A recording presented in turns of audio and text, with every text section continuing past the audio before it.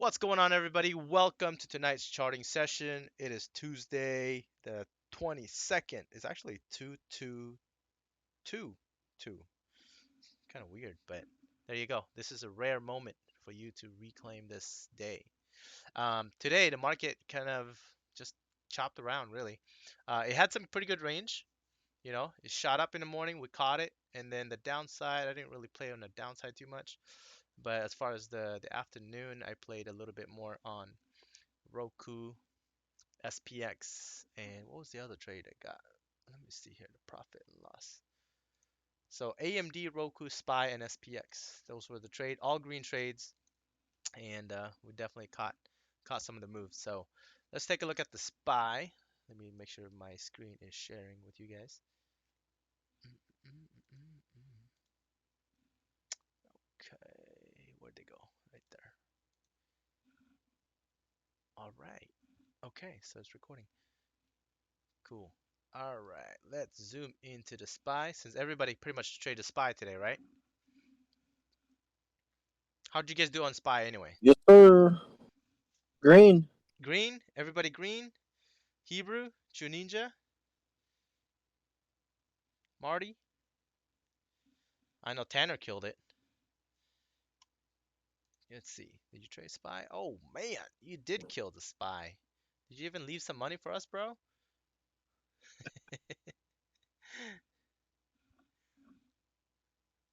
Oh no, we didn't hear you there. But you definitely killed the SPY there. We're gonna take a look at the 5 minute. Yeah, today was nice. The spot was nice to me today. Yeah, that was awesome. It was on point, man. On point. Okay, so I think in the morning, let me see. Let me take a look at my actual app here. So the SPY, I just traded puts. Okay, looks like I just traded puts. I thought you did a call. I thought I did too. Oh, that was in my other account. Yeah, so I was trading on the other Okay. account. So the first in the morning, I bought the dip, right? That was so clean. So I bought that dip, and I'm gonna put that arrow right here. And you're probably wondering, like, why is TJ buying the dip right there? Like, what are you seeing? Like, there's really nothing showing there, right? Take a look at what I'm seeing. So watch that arrow, right? The white line. And then I'm going to go to the hourly. Okay, I'm going to delete this guy because this is the old chart. So I'm just going to go back to the 5 minute just to show you it's the same arrow, right there.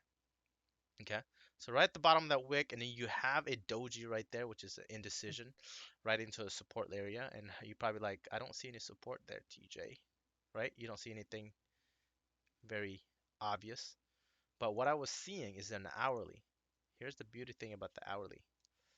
Right there, the inflection point, you have the 10 and 20 crossover. What do I say about the crossover, guys? Money, Take. money, money, money, money. So therefore, the 10 and 20 cross over, the 10 crossing over the 20, the 10 crossing over the 20 on the upside. So I know the upside is more in favor, right? And then you have this basket situation going on, and you have an uptrend holding, right? You have an uptrend. And on top of that, here's all the combination of why I thought was gonna bounce, okay? Actually, let me ask you guys. Let me delete this line first. Just based on looking at this box here, I'm gonna box it out, okay? Like I want you guys to tell me what do you see right here? What do you see? Cap fill. Okay, that's one. So that's good. So we have a gap fill right here. I'm just gonna draw that out. So gap fill right here, it got filled, right? From the right side. Okay, what else do you see? That pre-market gigantic red wick. Ooh, I like it. I like it. This guy right here. Is that what you're seeing? Yes. Yeah. Okay. Gigantic red wick. So can somebody else answer? What else? What else? No. No me. I'm just kidding. What else? You got the gap fill, a gigantic red wick. What does that tell you when you have this giant red tail at the bottom of these candles? Buyers are freaking stampeding in. The buyers are just freaking ramming the sellers and say, get the hell out of the way, right? That's what the wicks at the bottom of these candles mean. What else do you see?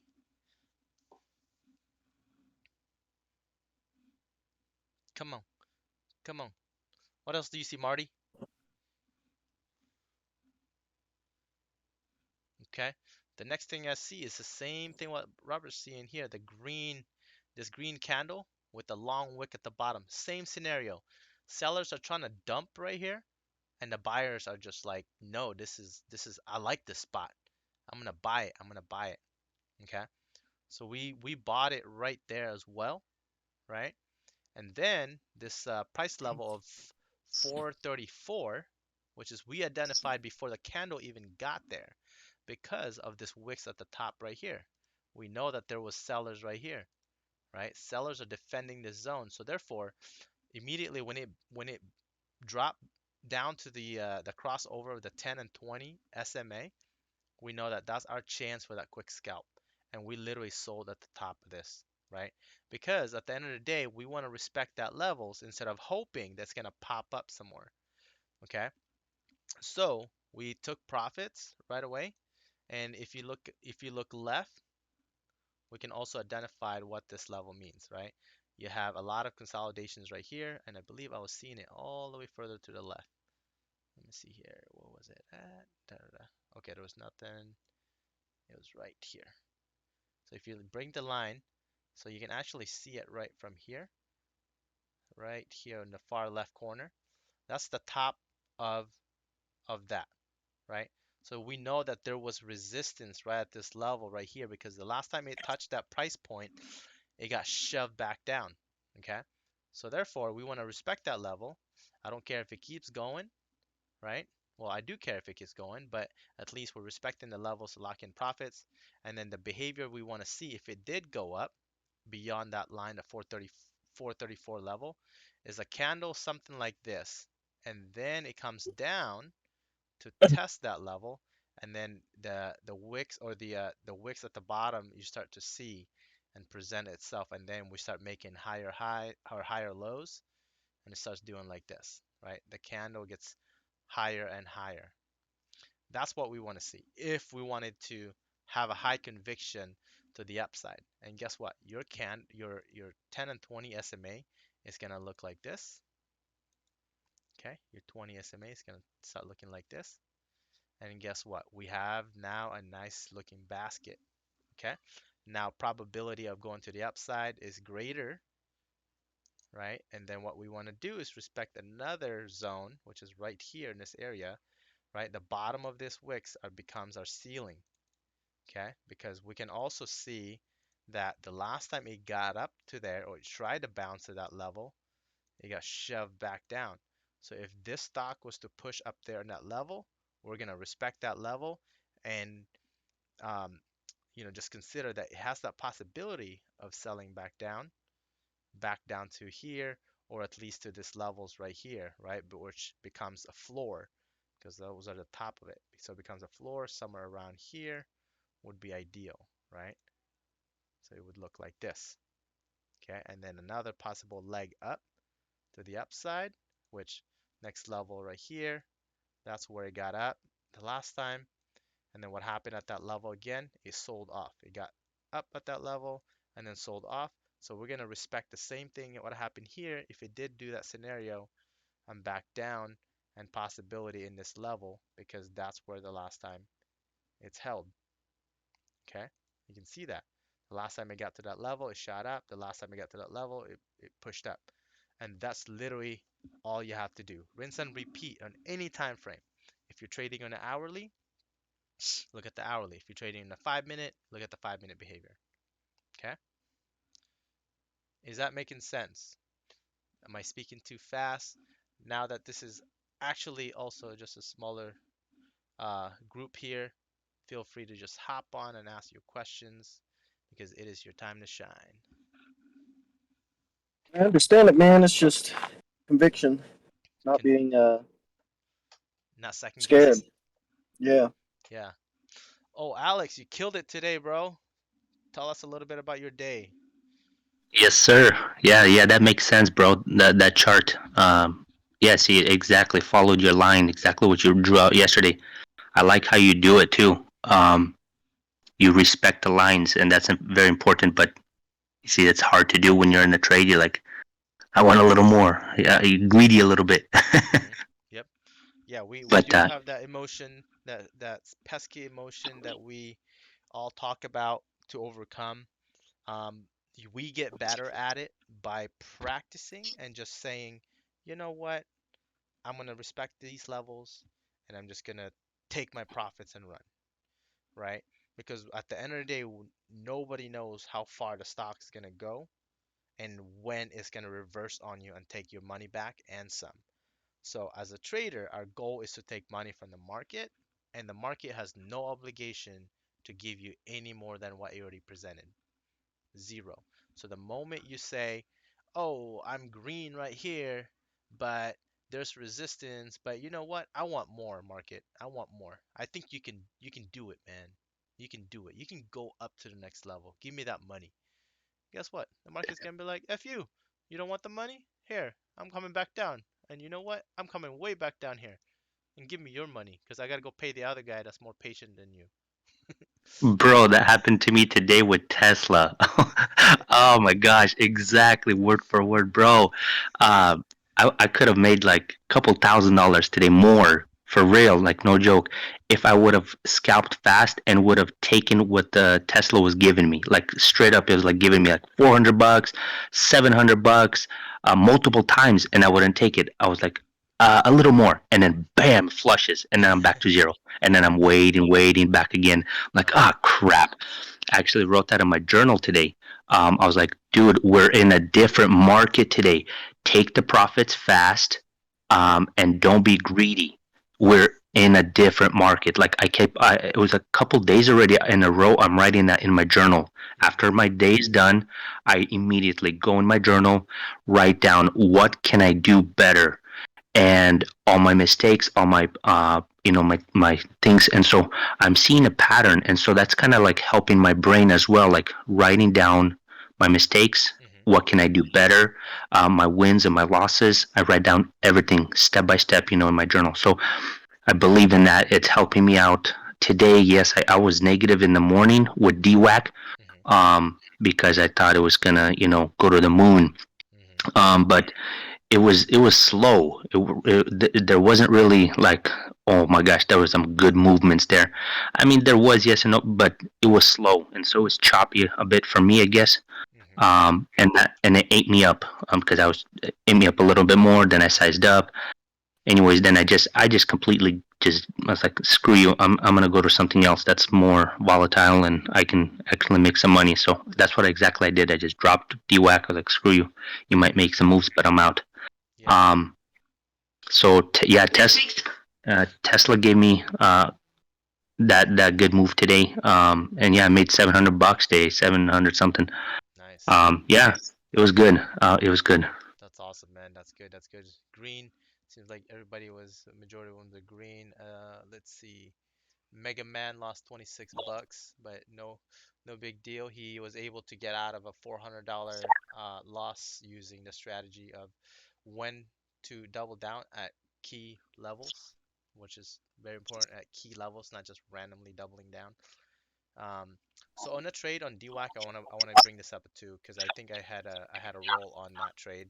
Um, I saw that it gapped up significantly. If you look at the hourly right here, the funny thing is I wrote the journal this morning. Was it this morning? No, it was yesterday evening, right? Yesterday evening. So go back to the 5 minute. I wrote a journal. I actually did it on the S&B um, platform. So I was basically reading this area right here, and I said, based on this uptrend, was it? Let's go back. Gosh dang, the hourly. So right here. So that was before this one happened. So let's just move over. So right here. So based on this uptrend, I even covered this when GN asked about it yesterday, right? Remember, he was thinking about shorting. And I said, no, bro, like DWAC is looking strong. Look at this uptrend. So every time it washed down, right? It washed down, and then it consolidated, and then it made another uptrend, and then this low right here is higher than the previous one. So if any key levels that you wanted to pay attention to, look at how much higher the lower is, right? This is literally an indication over and over again with any stock that you trade. Whenever the bottoms gets higher and higher, there's buying momentum coming in, right? And if you watch enough of those market maker videos that we've been referring to, this is literally how the hedge funds put their positions. Like they can't just come in all, $100 million in a trade. Like they have to buy up whatever the supply is available and let it cool down. And letting it cool down is thinking the short sellers are coming in. And for those of you that are not familiar with short selling is basically you're borrowing shares from your brokerage and selling it into the open market at a high price, and you're hoping to buy it back at a lower price and keeping the difference. Well, what happens is the short sellers pile on because they think it's pushed up, right? It pushes up, and then now they're selling it down, right? Well, the hedge funds are buying. The hedge funds are buying. The institutionals are buying. Well, they need supply to buy, right? So the retail traders thinking, oh man, this is overextended. Let's sell into it and short it. Well, somebody's buying up your supply. Somebody's buying up all your shares that you're selling, right? And then what happens next is once the selling stops, all the retail traders is like, well, it's not coming down anymore. I'll just wait. And then guess what? When there is no more inventory to buy up, they're gonna buy up whatever's left over, and that's what causes the price to jump up again. And then what happens is this green candle spike causes this people that shorted it to cover, which is to buy back their shares to close their positions. And that's what you call a short squeeze. The short sellers that wanting to short the stock to come down is now getting squeezed and forced to buy back their positions to close it. And now they become the momentum on the upside. And then it's a rinse and repeat process. The hedge funds will then wait again for another die down supply, right? So they'll buy up all these people that are covering, and then right here in the next level, they'll do the same thing. They'll let it die down, let people get comfortable in the shorts, and then buy up all this inventory basically, right? All this inventory right here, all the selling inventory, the hedge funds are buying it, okay? The hedge funds are buying it because you know why? Look at the volume. Look at the volume right here is very, very low. These are not hedge fund buyers. These are retail, retail sellers into the market. The hedge funds are like riding these big spikes. Okay. We're talking millions. So anyway, just to clarify on the pattern, whenever it starts stepping up in a big way like that, there's definitely a catalyst, and you can see these news and alerts from social media and whatnot. But anyway, right around this level, this is where I started really calling it out. I said right here, right here. So you can see this zone. Okay, you can see that zone right there. This is accumulation. And if I was to clean my chart as well, that the highlight on the background on the volume profile, which you can barely see, look at this zone right here, right here. So before the big spike, look at this zone. You can see that shade on the background, right? The volume profile. Let me brighten it up so you can see Yeah, exactly. I can see it. Okay, let me just make sure everybody can see it.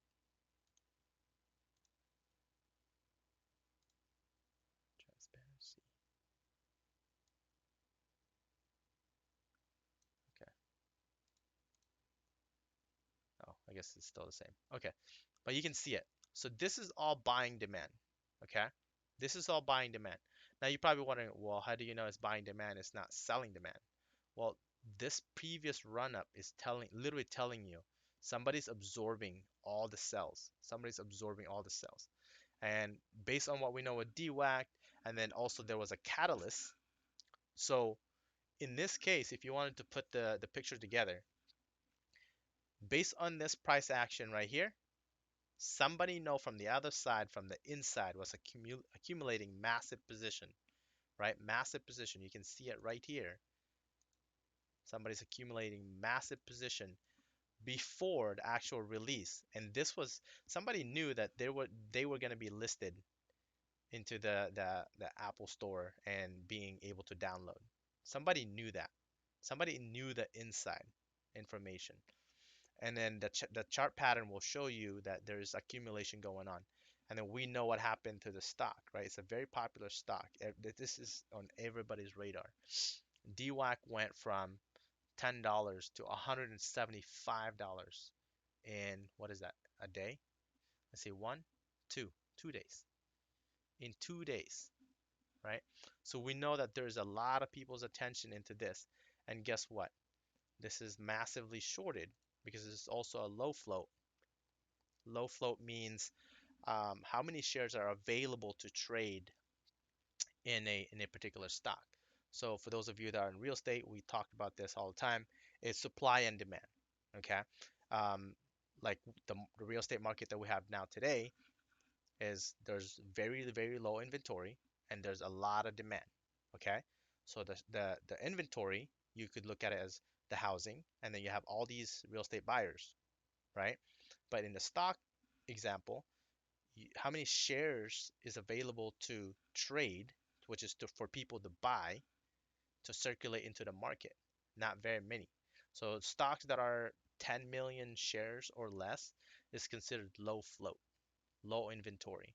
So what happens when there's low inventory and there's high demand, right? Prices gets inflated. It gets automatically gets pushed up, and this is what's happening here.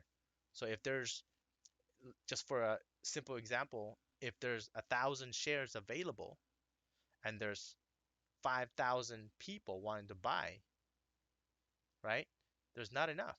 So they're gonna fight for it. They're gonna overpay for the next available shares to get in on this trade. Okay, and that's how this kind of squeezes happens. And it's a double-edged situation to where the short sellers are covering, which is a short squeeze, and then everybody else is fighting to get in to get a piece of the pie. The reason I was kind of a factor into this trade is this morning I wrote in our main chat room. Let's see, where was it? That was first thing this morning. Let me try to find it.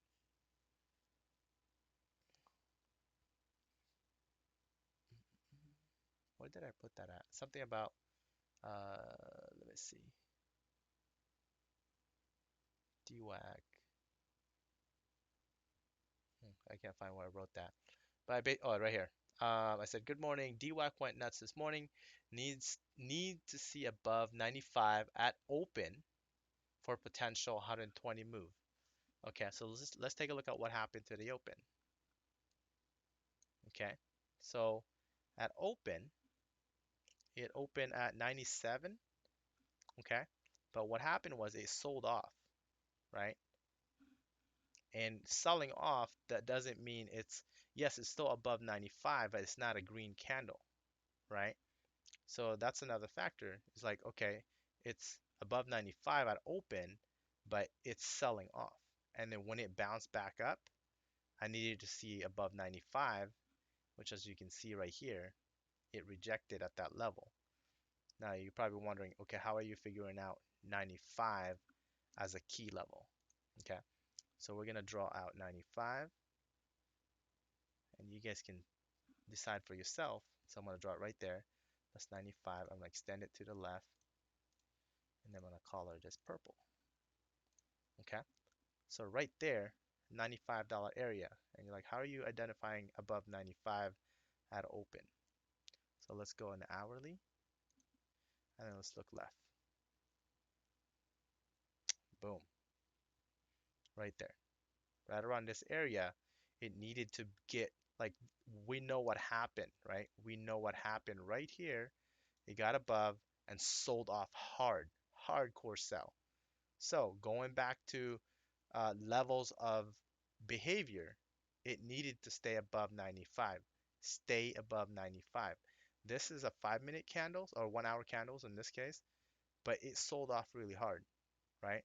If it was a few green candle on this level and actually close, then I would have considered the long side. for potential move to 120. And then I'll give you a level of why I said 120. So you look left again, right here. So 120, so we'll draw a line here at 120. So somewhere around here. Okay, oh, right there. So we know 120, it got up to that level and then also sold off hard, and then potential support zone at 95. So that's the behavior we're looking for. And that's why I wrote that into this morning's analysis, what I think of DWAC. But DWAC did not perform well right at the open. It was immediately sold off. And so therefore that lowered my confidence, and I didn't trade DWAC at all. I think somebody asked me if I was already in it. I said no, I'm waiting. It needs to get back above 95, and it couldn't get back up above 95. And the thing about that too is I was already long bias on the trade. So if I'm long bias on the trade and it's not getting above my trade entry analysis, then I'm not just gonna flip, to the downside, because now it's not presenting itself. The best way I could do is just stay away from it, because now it's not doing what my thesis um, I thought it would do. So therefore, I'm already wrong, and then on top of that, I don't have a plan. I don't have a plan to the downside. I had a plan to the upside. I don't have a plan to the downside. And on top of that, the downside, I wasn't too convinced anyway in the first place because of all this support level right here, which actually you can see it respected. So if I was to box this area right here, okay, box that area, as you can see where it hanged out, that's not much room to the downside versus the squeeze potential of the 120, right? I have so much upside reward versus if I was to short here, I have very little downside and I have a lot of risk to the upside if I was short. And I know this stock is so capable of squeezing from, you know, 90 to what was it?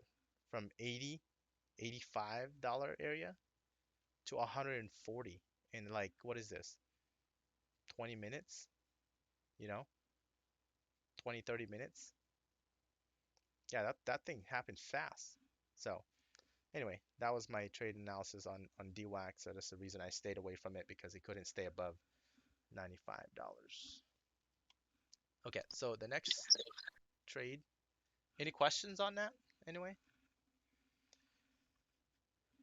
No, but that's exactly what I was thinking when I was trading today. I did not wait for, like you said, a correct setup. To the downside, my thesis was upside today, but downside, I looked exactly what you did. I drew the box, looked left. I was like, all right, there's no little.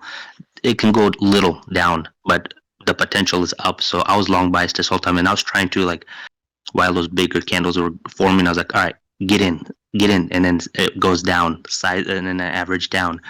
And so then, anyway, yeah, as you can see, I got chopped up and lost $2,000 on that. Gotcha. Let's see. Another thing that I want to look over, like, do you remember what time frame you got in on this one? I made like maybe 5 or 6 trades on that, so I don't remember exact time frames. I'm not behind my computer. I'm on my phone. Okay.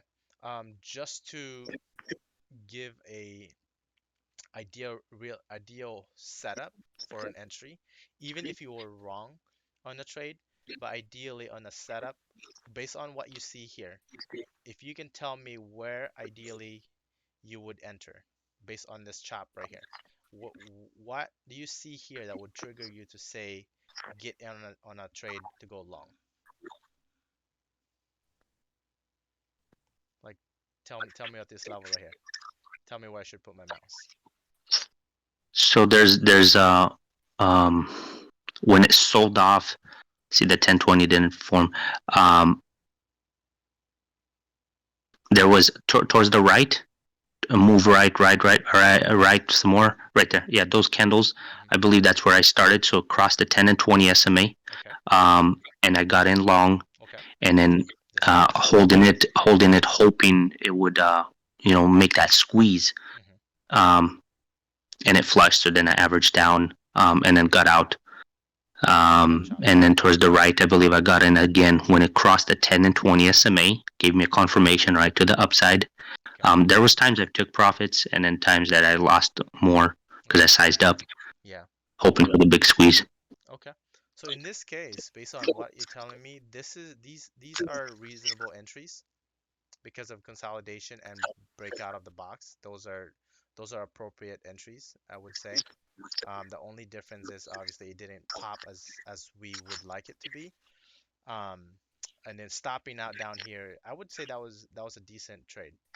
I would say that you respected the levels as long as you got out when it flushed and then re-entered again right here when it broke again to the upside. But again, this is an option trade, and especially later in the afternoon, your contract, theta eats your premium pretty quickly. So yeah, I think those are good trades, based on those levels. As long as Yeah, that's exactly. you didn't get in like right long right around here or something, right? Because that's still a short setup. This could have kept flushing. Um, Going short here would be ideal. Shorting right at resistance on the 20 SMA would be idealistic because we know that if we draw a line right here, right, we draw a line right there, we have resistance right here from this red candle. So I would say, yeah, that's a decent trade. It's just it didn't pan out, and you just repeat that process because what you did here worked out for me on Roku. So let me go over Roku. Yeah, I remember today I stopped out actually. I was like, all right, my theta's actually eaten up. And even though my stock actually went up higher than I purchased it at, but my theta was eaten up already. I know I stopped out Hmm. large, like over like 1,500, I think, on one of them because of the theta. Right. So on Roku here, after it started trending down, I was like, okay, this is probably a deal short, but I wasn't too sure because right here, um, I wanted to go long right here, but the market was selling off, and so I didn't. And then the market quickly reversed, which is we saw SPY like just spike green candle. It was crazy. And so this run up right here, and then I waited again. I know Roku was running strong, so I just like, you know what? I'm more of a long bias on Roku, you know, and I was already long bias on the SPY anyway, based on the gap fill. And so when this started to push and cross over the 10 and 20 right here, so this two green candle, you got one and two, that's when the FOMO kicks in. I'm like, okay, all right, so this is long now right here. That's good. And then on this pullback right here, like this is the same scenario. Look at where the candle dip is into the 10 and 20 crossover, right? That's exactly the same thing as the SPY when the 1 hour presented itself. That's why I say it doesn't matter what time frame you're in. If the setup is there, you take it. Like look at that. It's the same setup, right? It moved up, right? It doesn't have to be a big green candle wicks to the upside, but the setup to the downside to into a support level, that's the exact same setup that you see on Roku, but I'm looking at it from a 5 minute time frame, right? It went to the upside and then flushes down into the crossover. I'm like, boom, load up. So I loaded up right there on option, and then my stop is the bottom of this candle right here. So let me see here, right here. So that's my stop line. So this drawdown right here, that didn't scare me. I don't need, there's no reason for me to be scared. But if it breaks this downside, the kind of candle I'm looking for is these big red slams, right? So as you can see, there's a line there, right?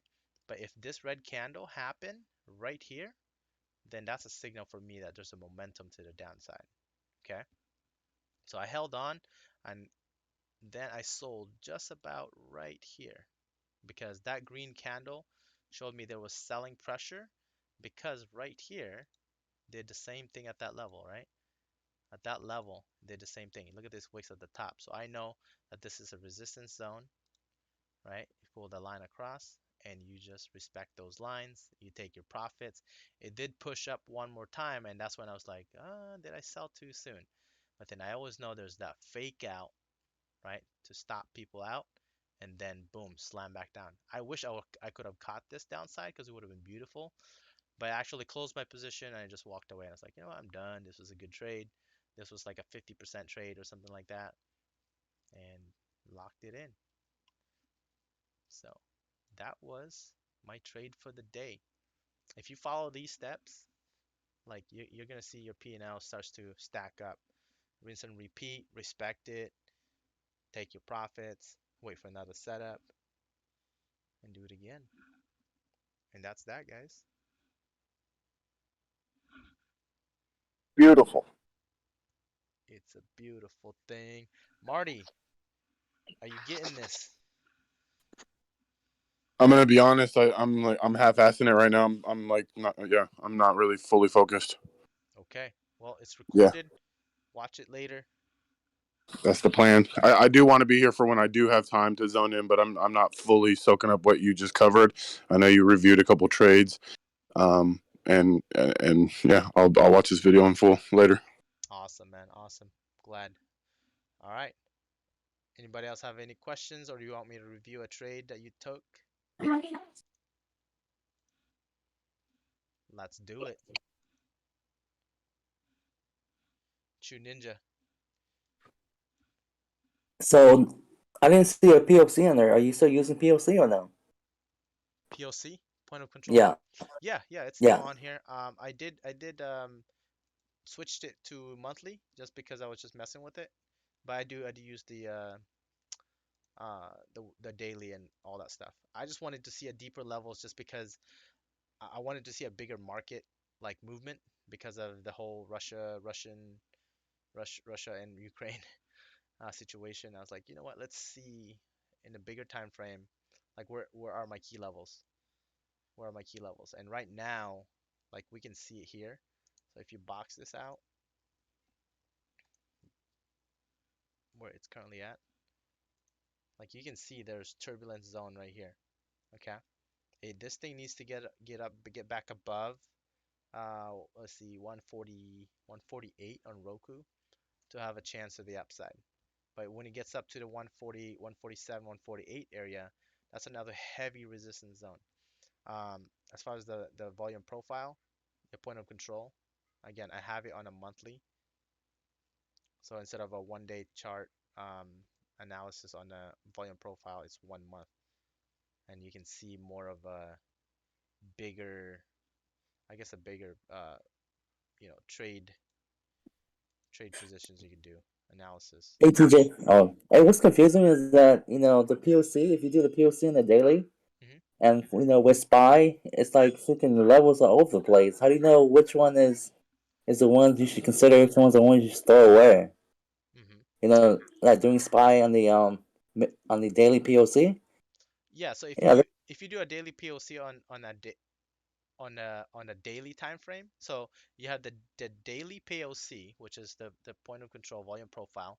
If it's calculating a day, it's irrelevant if you're looking at the daily time frame. Does that make sense? Like this is the daily time frame. Each candle is 1 day, right? You'd have to switch to like 1 week or 1 month because now you're calculating multiple candles. That's the whole purpose of the volume profile is to calculate the X amount of candles back to figure out at what level, at what price level did it trade the most, right? Did the price hang out at 440 the most, or did it hang out at 445 the most? That's what the volume profile will tell you. So if you have the daily settings on there, then you're only calculating one candle, and if you look at the one candle on a daily time frame, it's only one. So you have to go in a monthly. Does that make sense?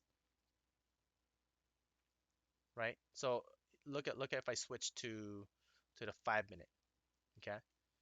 You're not seeing much on there's nothing on the daily because it's calculating one whole month of data, right? So if you look left, now you're starting to see right here, right? That's the point of control.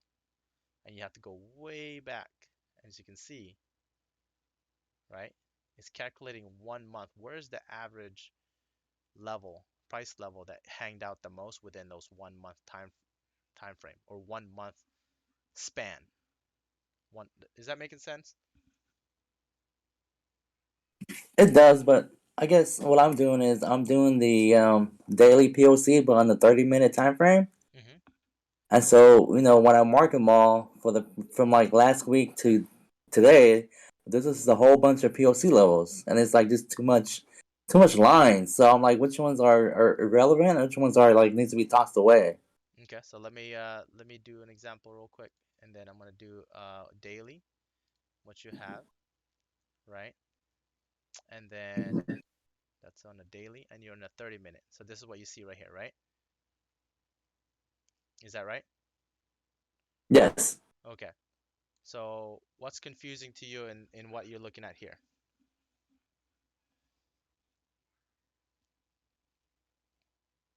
So is the POC calculated daily or is it monthly on yours? This is calculated. Because my POC is being calculated daily. Okay, hang on. I thought I changed it to. Okay, there we go. I thought I changed it. Okay. So now it's on a daily. So what do you see that's confusing you here? Like when you mark all the POC levels, like like they're like so close together. Okay, so So you're marking this, you're marking this, and you're marking this. yes, Okay. So you're saying they're too close together. yeah, sometimes yes. And if you go a little bit further back, Right here. yeah, yes, and then you start marking some of those, and it's all like dollars within each other's. Okay. So Just what do you tell yourself when you're seeing them so close together? Like this example. Like you got one here, you got one here, and then one here. Like maybe this ones are too close together. What does that tell you? don't know.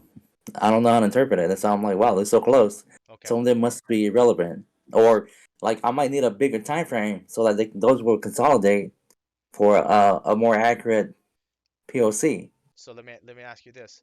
If if there's two layers of support right here, Mm-hmm. what do you consider these two lines would be together if you have a price coming down to it? If you have a They'll be candle. stronger. Okay, so that's stronger. Yes, the So more concentration. more concentration. So Yes, therefore, what does that tell you if you're trading? If you're trading this to the downside? that's heavy level of support. Okay. So if the price is heading up to it, which is what exactly it did here, what does that tell you here? Oh, it's resistance, Heavier heavy. resistance. So in that with that question, how does that translate to you now when looking at those multiple levels are tighter together? Does that confuse you still, or does that give you a better reading? Nothing. It gives me a better reading. I just Okay. didn't know which one to choose between the two, but It I it guess if you it combine both of them as a range, then it makes sense. it doesn't matter which one you choose. You mark out those levels because it tells you that this was a point of control and this was a point of control. If they're that close together, that means that zone was heavily protected or it's a heavy resistance or support. So therefore, when I trade this stock, I'm gonna consider that level like better than a single line, Mm. right? It is not a confusing. It's not that you're looking for a much cleaner. You don't want a single line to have a trust level to go long or short on. If there's 10 of those right here, like it starts looking like this, you know, like start looking like this. This is all point of control. If that's all point of control and the freaking stock is like crashing down to that level, what am I gonna do here? Tell me, what are you gonna do there? Gonna go long, I'm gonna load the boat right here. I'm gonna load the but boat because there's so much freaking pressure right here. There's so much support. Like this is like a concrete slab versus like a wooden floor. You see what I'm saying? Like there's now so many layers right here that you can rely on. If you trust a single support or resistance, shouldn't you trust more of them tighter together? right? And that's what I Bro, want. that's concrete. That's concrete with rebar. That's concrete Yes, with correct. rebar. That's exactly how I would interpret that level. I'm like the freaking if the market is tanking, right, into that level, I'm gonna be like, all right, where's all my money? I need to go put it in the stock market right now. That's how I would interpret it. Don't do it, but that's how I would consider it. It's like this is freaking major support. Okay. But like with so many lines and like the range is what $4, Hmm. 4.29 to 4.33. It's like Okay. So where another question to you. Another question. So if your chart was in between these, how are you interpreting these zones here? there is ranging, so you would have to wait for a breakout. It's gonna be choppy as hell. There's gonna be like Yeah. chop little moves to the upside, to the downside, because you're pinned. All this, it's like being in a web. It's like, oh fuck, I can't get out, I can't get out until it breaks out to here or breaks out below. Mhm. And then you're like, heck yeah, I'm out of that stupid turbulence zone. Now I can trade cleaner with a cleaner range like this. Okay, is that making sense? So it shouldn't confuse you or you want to see a cleaner point point of control. It just means that hey, there's a lot of demand at that level. So therefore, respect it or stay away from it until it gets out of that zone. That's it. So Got it. that's Makes sense. yeah, that's a great question, and I'm glad to clarify that because it does look confusing, and you know I wouldn't know what to do if I was a new trader to it, but with that you know breakdown, now you know that okay, the more they stack, the better it is, the better the floor support or resistance.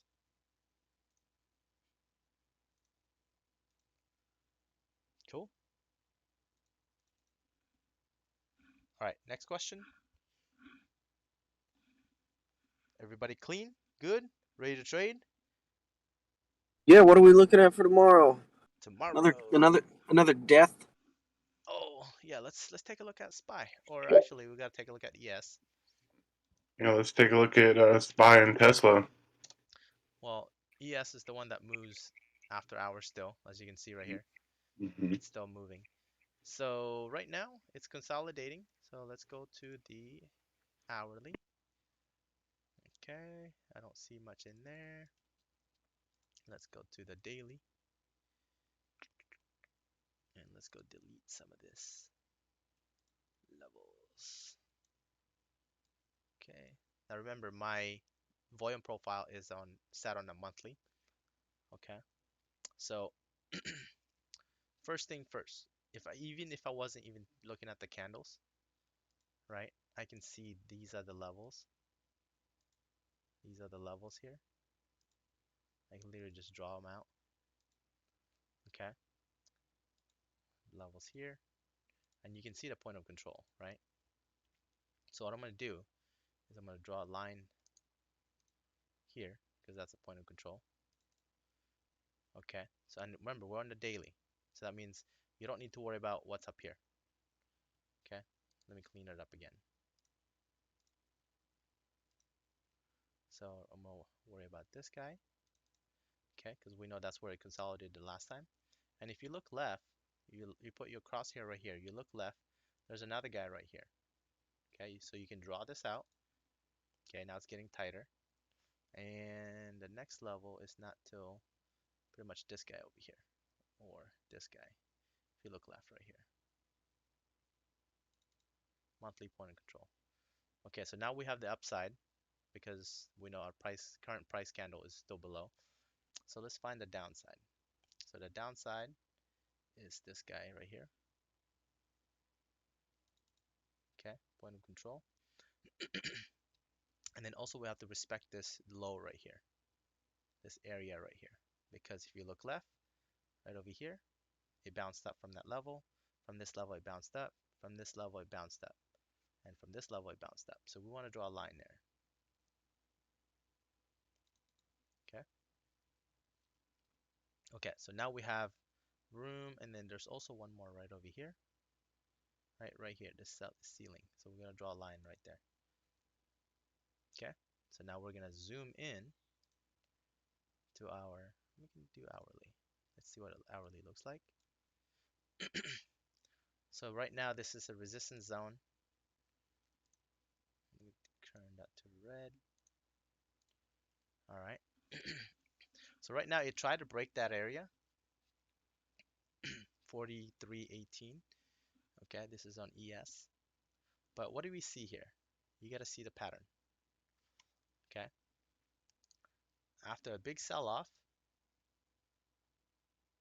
it found a floor. And then we can try to justify this floor of how strong it is by looking left again. So we're looking left, go back to the daily, now it's purple. Okay, we know that this area is super strong.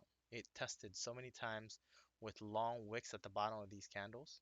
There's a lot of buyers in this level. As you can see right here, it tested again.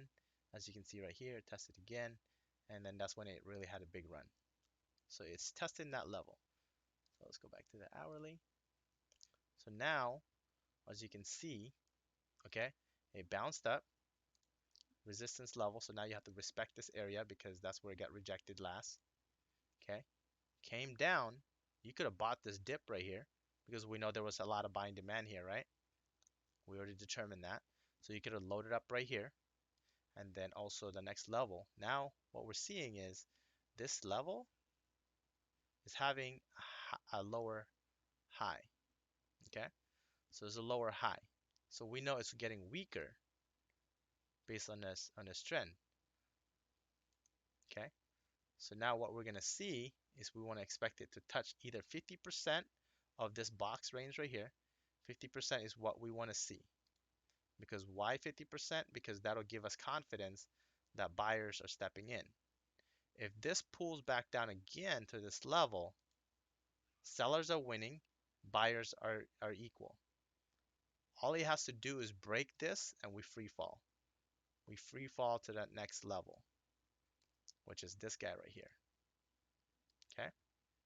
We're going to respect that level, trade it to the upside, and then hopefully bounce to here and possible rejection for a further move. But overall, the downside trend is still winning because the buyers are not winning. You got 1, 2, 3, 4. The buyers tried 4 times, and now the sellers are winning because they're advancing. They're advancing to the downside. The seller has to advance it to the upside, which is you actually have a little bit of bull pattern. I'm gonna delete this now. Okay, you have a bull flag right here. Okay, this is a bull flag. So therefore, we got room to the upside. And then another thing that's in our favor is the 10 and 20 SMA acting as a support level. So we need to break this area right here tomorrow to have room to the upside. If this falls below this area right here, right? This falls this area below, then we could have room to the downside. The reason I say down here or even just below this, because if you draw your range box, okay, you box in it, because we know it touched this level, it held, it broke, it came up, it held again, it tried to break out, it rejected. Now we're in box range. If we fall below here, it's weaker. If we go up above, it's stronger. Is that making sense? So that's my market analysis for tomorrow. Which side is it going to go? I don't know. But all I know is if it breaks to the upside, I'm particularly long bias. And then only with this within this range until it breaks here, it breaks this upside, then we have room more to the upside. Okay, if it chops around here and breaks down below again, I'm going to be short bias again, and this is why we trade both directions and just keep an open mind instead of being fixed to one side of the trade. And that's how I do my trade analysis. Is that making sense? Yeah, that does. Like Sam says, stocks go up, stocks go down. We'll see. That's right. We will see. let the stock present itself instead of you wanting it to happen your way. All right, cool. Any questions, guys, before we go? We good? Nope. Good to go. All right. Have a good evening, everybody. We'll see you tomorrow. Thanks, bro. Have a good night, y'all. All right. Thanks. Bye. See ya.